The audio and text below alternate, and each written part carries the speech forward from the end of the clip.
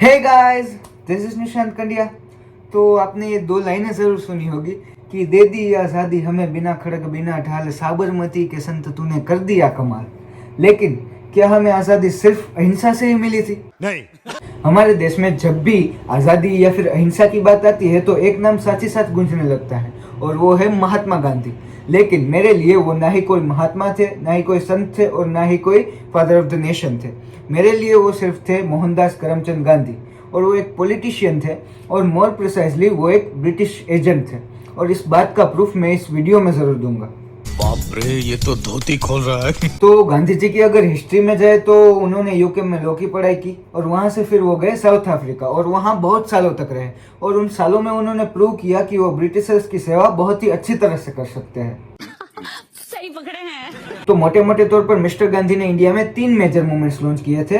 तो उसमें पहला जो मूवमेंट था वो था non cooperation movement from 1919 to 1921, और उसे असहयोग आंदोलन भी बोला जाता है। और उसके नाम के अकॉर्डिंग ही इसमें अंग्रेजों को सभी चीजों में सपोर्ट करने से यानी कि सहयोग करने से मना किया गया था।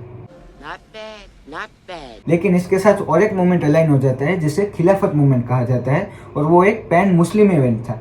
और उस समय जो मुस्लिम कम्युनिटी के जो लीडर्स थे वर्ल्ड वाइड, वो खलीफा कहलाते थे और वो टर्की में रहते थे।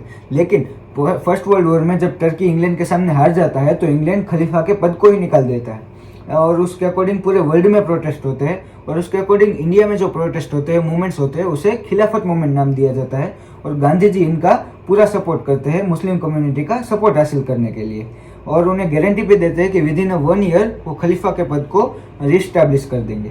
लेकिन ये खिलाफत मूवमेंट एक बहुत ही बड़े फेलियर की ओर जाता है, और इसके जवाब में पूरे देश में दंगे शुरू हो जाते हैं। और उसके सबसे बड़ा जो एग्जाम्पल है वो है मोपला राइट्स 1921, और मैं उसे मोपला राइट्स नहीं कहूँगा, मैं उसे कहूँगा मोपला जीनोसाइड 1921, जहाँ मालाबार केरला में थाउजेंड्स ऑफ निर्दोष हिंदुओं की जानें ली जाती है। और मॉडर्न डे हिस्टोरियंस जो है वो मानते हैं कि पार्टीशन के या फिर अलग पाकिस्तान के बीज मुस्लिम लीग ने नहीं बोए, लेकिन वो बोए गए थे खिलाफत मूवमेंट के फेलियर में। और मुस्लिम सेपरेटिज्म जो था वो भी यहीं से शुरू हुआ था। और नॉन कोऑपरेशन मूवमेंट जो था, जब वो अपनी पीक पे था तो यूपी के चोरी चोरा विलेज में जिन लोगों के साथ अन्याय हुआ था उन लोगों ने गुस्से में आके पूरा पुलिस स्टेशन जला दिया। और जब ये न्यूज गांधी जी को मिलते हैं तो उन्होंने पूरा मूवमेंट ही वापस खींच लिया। शाबाश। दूसरा जो मूवमेंट था वो था सिविल डिसोबीडियंस मूवमेंट 1930-31, और इसमें फर्स्ट टाइम कांग्रेस ने पूर्ण स्वराज यानी कि कंप्लीट फ्रीडम की बात की थी। और इस मूवमेंट के साथ ही साथ डांडी मार्च भी निकाली गई थी सोल्ट का टैक्स कम करने के लिए। बट अगेन जब ये मूवमेंट पीक पे पहुंचा तो उस समय के वाइसरॉय इरविन और गांधी जी के बीच कुछ क्लोज डोर मीटिंग्स होती है, और इन मीटिंग्स में गांधी इरविन पैक्ट साइन किया जाता है, और इसके बाद ही कांग्रेस अपनी सारी मांगों को वापस ले लेता है। और तीसरा और सबसे इम्पोर्टेंट मूवमेंट जो बताया जाता है according to our history book वो है क्विट इंडिया मूवमेंट 1942, और इसे हिंद छोड़ो मूवमेंट भी बोला जाता है।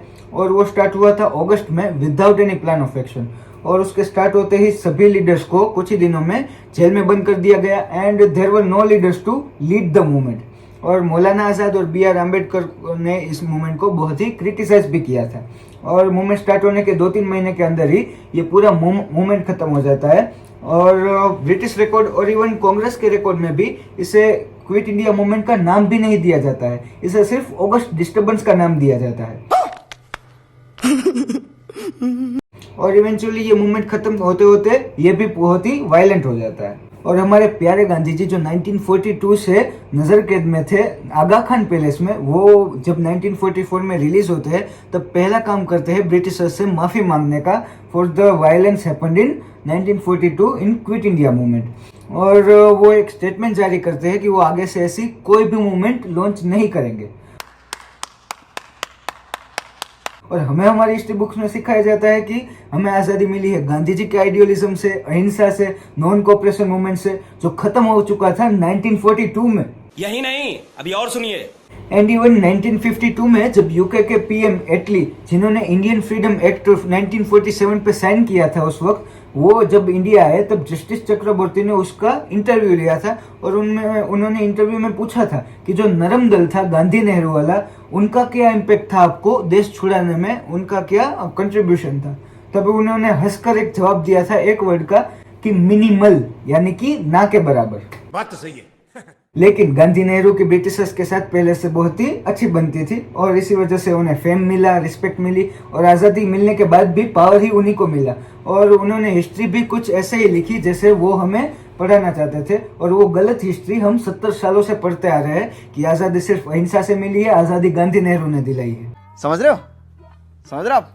समझ रहे हो ना? और इससे ब्रिटिशर्स का ये फायदा हुआ कि इंडिया का पार्टीशन हुआ और उनका सॉफ्ट पावर जो इस रीजन में है वो बरकरार रहा और उनकी इमेज भी जो है वो बरकरार रही कि वो शांति से चले गए हैं। लेकिन अगर आज़ादी गांधी ने नहीं दिलाई तो रियल कॉजेज ऑफ फ्रीडम क्या थे? तो 1857 से लेकर 1946 तक छोटे बड़े बहुत सारे आर्म रिबेलियन भी हुए थे। और सिंपल सी बात है कि ब्रिटिश सरकार सिर्फ एक चीज से डरती थी और वो थी बगावत, यानी कि रिबेलियन, म्यूटिनी। और we have to admit this कि at the end of second world war British Indian army में 25 लाख सोल्जर थे और उसमें सिर्फ 40 से 50 हजार ही यूरोपियन सोल्जर थे, बाकी सारे इंडियन ओरिजिन सोल्जर्स थे। और ब्रिटिशर्स ये बात भली भांति जानते थे कि अगर इस बड़ी आर्मी का अगर छोटा हिस्सा भी रिबेल कर देता है तो they gonna lose their power over India. And Subhash Chandra Bose did the same thing. उन्होंने इंडियन नेशनल आर्मी INA यानी कि आज़ाद हिंद फौज की रचना की थी। और ये भी एक फैक्ट है कि वर्ल्ड वॉर 2 के बाद ब्रिटिश इकोनॉमी बिल्कुल ही टूट चुकी थी और उन्हें जाना पड़ा, लेकिन वो इतने जल्दी नहीं जाने वाले थे। लेकिन जाने का जो इमीडिएट कॉज है वो था नेवल म्यूटिनी 1946, यानी कि मुंबई में जो नेवी है उन्होंने भी रिबेल कर दिया। और 1952 में जब PM एटली से पूछा गया कि गांधी नेहरू अगर रीजन नहीं थे तो उनके जल्दी जाने का रीजन क्या था, तभी उन्होंने बताया कि सुभाष चंद्र बोस और उनकी इंडियन नेशनल आर्मी जो थी उन्होंने जो देशभक्ति जगाई थी, इसकी वजह से देश के अलग अलग कोनों में नेवी हो या फिर आर्म्ड फोर्स हो उसमें रिबेलियन स्टार्ट हो गया था और इसलिए उनको जाना पड़ा। जलवा है हमारा। मैं यहाँ मिस्टर गांधी के कंट्रीब्यूशन को नकार नहीं रहा हूँ। उन्होंने देश के लोगों में फ्रीडम के लिए अवेयरनेस पैदा करने का एक बहुत ही बड़ा काम किया था, लेकिन उनका फ्रीडम पाने का तरीका जो था वो मेरे हिसाब से गलत था। और ना ही आज़ाद होने से पहले देश उनके रास्तों पे चला था और ना ही उनके रास्तों पे चल के आज़ादी मिली है और ना आज़ाद होने के बाद देश उनके रास्तों पे चला है। Thank you so much.